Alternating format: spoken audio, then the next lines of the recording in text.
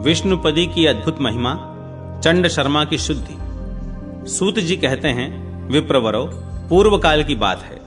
चमत्कारपुर में उत्तम व्रत का पालन करने वाले चंड शर्मा नाम से विख्यात एक ब्राह्मण हो गए हैं, जो रूप और उदारता आदि गुणों से संपन्न थे। वे जब युवावस्था में पहुंचे तब किसी वेश्या में आसक्त हो गए। एक समय आधी रात में वे प्यास से व्याकुल होकर उठे तो उस वेश्या से बोले, प्रिय, मैं पानी पीना चाहता हूं। तब उस वेश्या ने पानी के भ्रम से उस निद्राकुल ब्राह्मण को मदिरा से भरा हुआ पुरवा लाकर दे दिया। मुख में मदिरा जाते ही ब्राह्मण कुपित हो उठे और उस वेश्या को बार बार धिक्कारते हुए कड़ी फटकार सुनाने लगे। अरे पापिनी, तूने यह क्या किया? आज मदिरा पीने से मेरी ब्राह्मणता निश्चय ही नष्ट हो गई, अतः मैं आत्मशुद्धि के लिए प्रायश्चित करूंगा। ऐसा कहकर वे दुख पूर्वक घर से बाहर निकले और निर्जन वन में जाकर करुण स्वर में विलाप करने लगे।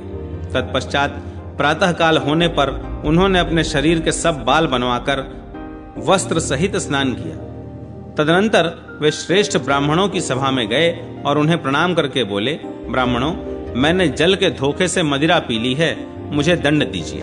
तब उन ब्राह्मणों ने बार बार धर्मशास्त्र का विचार करके कहा, ब्राह्मण यदि ज्ञान अथवा अज्ञान से भी मदिरा पी ले तो मदिरा के बराबर ही खौलता हुआ घी पी लेने पर उसकी शुद्धि होती है। अतः यदि तुम आत्मशुद्धि चाहते हो तो यही प्रायश्चित करो। बहुत अच्छा, ऐसा ही करूंगा। ऐसी प्रतिज्ञा करके ब्राह्मण ने तत्काल घी लेकर उसे पीने के लिए आग पर तपाया। इतने में ही यह समाचार सुनकर उनके माता पिता भी आ पहुंचे और बोले, यह क्या बेटा, तुम यह क्या कर रहे हो? तब पुत्र ने नेत्रों से आंसू बहाते हुए रात की सब घटना कह सुनाई। यह सब सुनकर ब्राह्मण दंपति ने उन सब श्रेष्ठ ब्राह्मणों से प्रार्थना की कि मेरे इस पुत्र को धर्मशास्त्र का विचार करके कोई दूसरा प्रायश्चित बताइए। तब उन ब्राह्मणों ने पुनः आदर पूर्वक धर्मशास्त्र का विचार किया और इस प्रकार कहा, ब्राह्मण, धर्मशास्त्र में तो कोई दूसरा उपाय नहीं है, तुम्हें जो उचित प्रतीत हो सो करो। तब ब्राह्मण ने पुत्र से कहा, बेटा, तीर्थ यात्रा करो, फिर क्रमशः अनेक प्रकार का व्रत करने से पवित्रता को प्राप्त हो। पुत्र बोला, महाभाग, क्या ब्राह्मणों का बताया हुआ प्रायश्चित पवित्रता के लिए पर्याप्त नहीं है जो आप व्रत आदि का उपदेश करते हैं? पुत्र का यह निश्चय जानकर पुत्र वत्सल पिता तथा उनकी सती पत्नी ने भी मृत्यु का निश्चय करके प्रसन्नता पूर्वक अपना सब कुछ ब्राह्मणों को दान कर दिया। तब माता ने कहा, बेटा, जब हम दोनों अग्नि में प्रवेश कर जाएं, उसके बाद तुम मौंजी होम करना। ऐसा कहकर वे दंपति प्रसन्नता पूर्वक मृत्यु के लिए अग्नि के समीप गए। उनके साथ ही उनका पुत्र भी था। इतने में ही वेदों के पारंगत विद्वान शांडिल्य मुनि तीर्थ यात्रा के प्रसंग से उस स्थान पर आ पहुंचे और सारी बात सुनकर उन सब ब्राह्मणों को फटकारते हुए बोले, अहो, तुम सब लोग अत्यंत मूढ़ हो, क्योंकि तुम्हारे कारण सुगम प्रायश्चित के होते हुए भी आज ये 3 ब्राह्मण व्यर्थ ही मृत्यु को प्राप्त हो रहे हैं। कृच्छ और चांद्रायण आदि प्रायश्चित वहां दिए जाते हैं जहां श्री गंगा जी उपलब्ध न हो। यहां तो साक्षात विष्णुपदी गंगा विद्यमान है, उसी में यह स्नान करें तो पाप से शुद्ध हो जाएगा। तब सब ब्राह्मणों ने शांडिल्य मुनि को साधुवाद देते हुए कहा, मुने, आपका कथन सत्य है। इसके बाद वे सब लोग ब्राह्मण को समझा बुझाकर विष्णुपदी गंगा के तट पर ले गए। वहां ब्राह्मण ने ज्यों ही मुख में गंगा जल डालकर कुल्ला किया, त्यों ही वह शुद्ध हो गया। फिर जब वे उस शोभायमान जल में स्नान करने लगे, उस समय स्पष्ट स्वर में आकाशवाणी हुई, विष्णुपदी का संपर्क होने से तथा उसके जल में स्नान और आचमन करने से ब्राह्मण देवता शुद्ध हो गए हैं, अतः सब वे अपने घर लौट जाएं। यह सुनकर सब लोग हर्ष प्रकट करते हुए अपने अपने घर चले गए। सूत जी कहते हैं, ब्राह्मणों, ऐसे प्रभावशाली विष्णुपदी गंगा उस क्षेत्र की पश्चिमी सीमा पर विद्यमान है जो सब पापों का नाश करने वाली है। हाटकेश्वर क्षेत्र की दक्षिणोत्तर सीमा के गोकर्णों का परिचय, गोकर्ण और यम का संवाद, नरक वर्णन, क्षेत्र सेवन का महात्म्य। सूत जी कहते हैं, महर्षियों, भूतल पर यमुना नदी के किनारे मथुरा नाम से विख्यात एक महापुरी है जो अनेक ब्राह्मणों से भरी हुई है। वहीं पूर्व काल में गोकर्ण नाम से प्रसिद्ध एक ब्राह्मण रहते थे जो वेदाध्ययन से संपन्न और सब शास्त्रों के पंडित थे। वहीं उसी नाम का और उसी अवस्था का एक दूसरा ब्राह्मण भी रहता था जो सब विद्याओं में पारंगत था। एक दिन यमराज ने अपने दूत से कहा, दूत, तुम शीघ्र मथुरा जाओ और वहां के गोकर्ण नामक श्रेष्ठ ब्राह्मण को यहां ले आओ। आज दोपहर के समय उनकी आयु समाप्त हो जाएगी। देखना, उसी पुरी में उस नाम के एक दूसरे ब्राह्मण भी हैं जो दीर्घजीवी हैं, कहीं भूल से उनको न ले आना। यमराज की आज्ञा से दूत बड़े वेग से मथुरापुरी में पहुंचा, परंतु भ्रम हो जाने से वह दीर्घजीवी गोकर्ण को ही पकड़ लाया। तब यमराज ने कुपित होकर अपने सेवक से कहा, पापी, तुझे धिक्कार है, तू इन दीर्घायु महात्मा को ले आया। तूने यह क्या किया? इन्हें शीघ्र ही ले जाकर वहां पहुंचा दे, अन्यथा भय है कि इनके बंधु बांधव इनकी देह का दाह संस्कार न कर दें। ब्राह्मण बोले, मैं सौभाग्यवश आपके समीप आ गया हूं, अब वहां लौटकर नहीं जाऊंगा। मैं तो दरिद्रता से कष्ट पाकर स्वयं ही सदा मृत्यु की इच्छा रखता था। यमराज ने कहा, विप्रवर, यदि पल भर भी आयु शेष हो तो मैं किसी मनुष्य को पृथ्वी से यहां नहीं बुलाता। इसीलिए लोग मुझे धर्मराज कहते हैं। मैं सब प्राणियों पर पक्षपात छोड़कर समान भाव रखता हूं। तुम मुझसे कोई वर मांगो, किसी भी देहधारी को मेरा दर्शन व्यर्थ नहीं होता। ब्राह्मण बोले, देव, यदि मुझे अवश्य ही घर लौटकर जाना है तो मैं जो पूछता हूं उसको बताइए, वही मेरे लिए श्रेष्ठ वर होगा।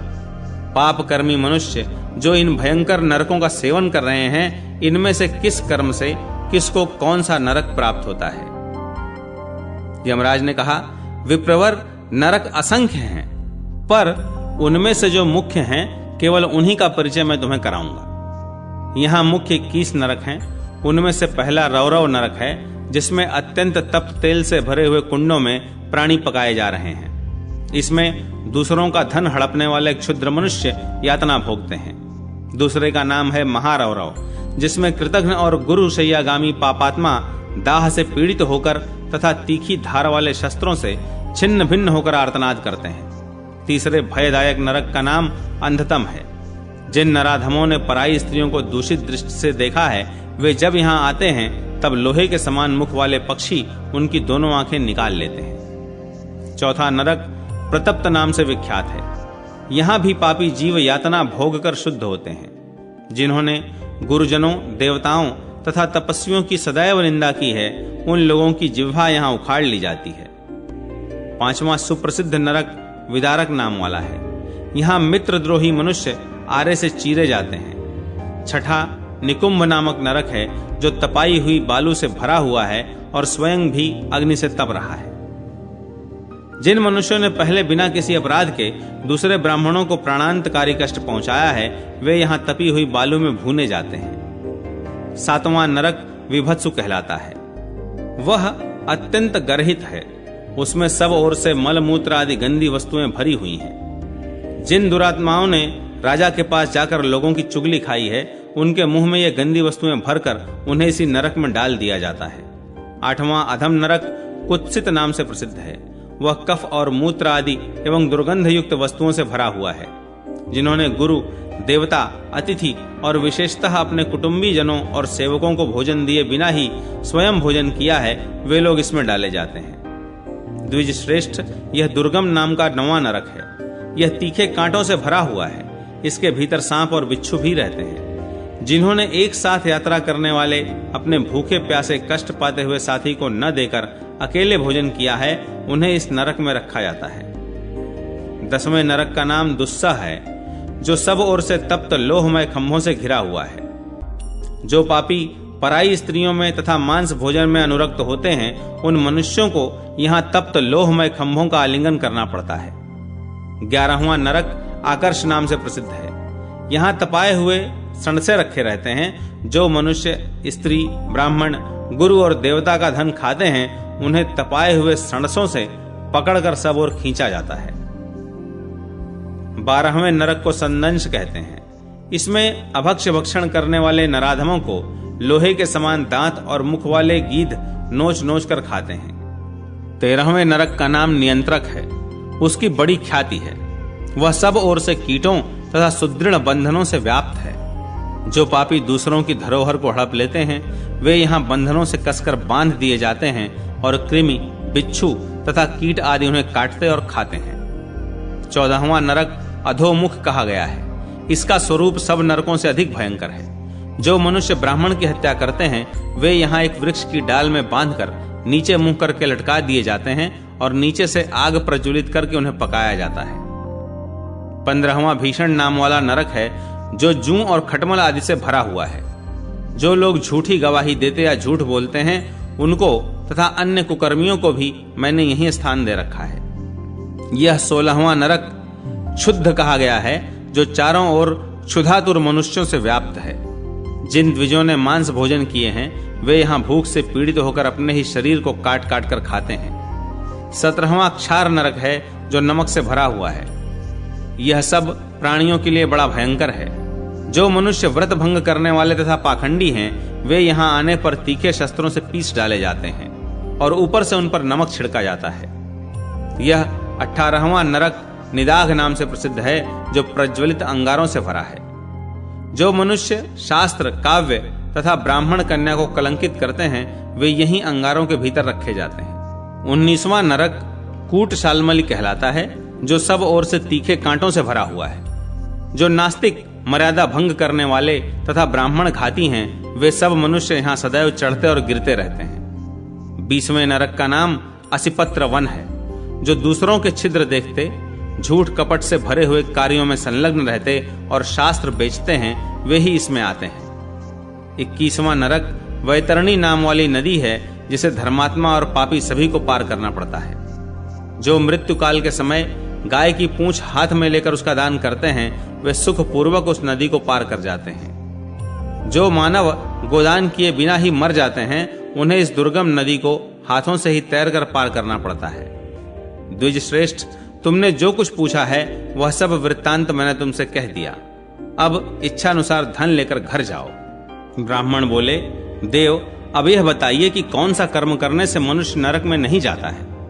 यमराज ने कहा, जो सदा तीर्थ यात्रा में तत्पर रहता, देवता और अतिथियों की पूजा करता, ब्राह्मणों के प्रति भक्ति रखता और शरण में आए हुए का पालन करता है वह कभी भी नरक में नहीं जाता।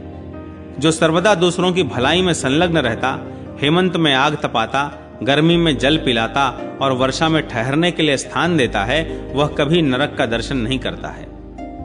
जो व्रत और उपवास में तत्पर, शांतचित्त, जितेंद्रिय, ब्रह्मचारी तथा सदैव भगवान का ध्यान करने वाला है वह मनुष्य भी नरक में नहीं जाता है। जो अन्न और तिल का दान करता, किसी भी प्राणी की हिंसा नहीं करता, वेदाध्ययन करके शास्त्र के आज्ञा पालन में तत्पर होता, मीठे वचन बोलता तथा सदा धार्मिक चर्चा किया करता है वह कभी नरक को नहीं देखता। ब्राह्मण बोले, धर्मराज यह तो एक मूर्ख भी जानता है कि शुभ कर्म में तत्पर रहने वाला पुरुष नरक में नहीं जाता और पाप परायण मनुष्य स्वर्ग में नहीं जा सकता।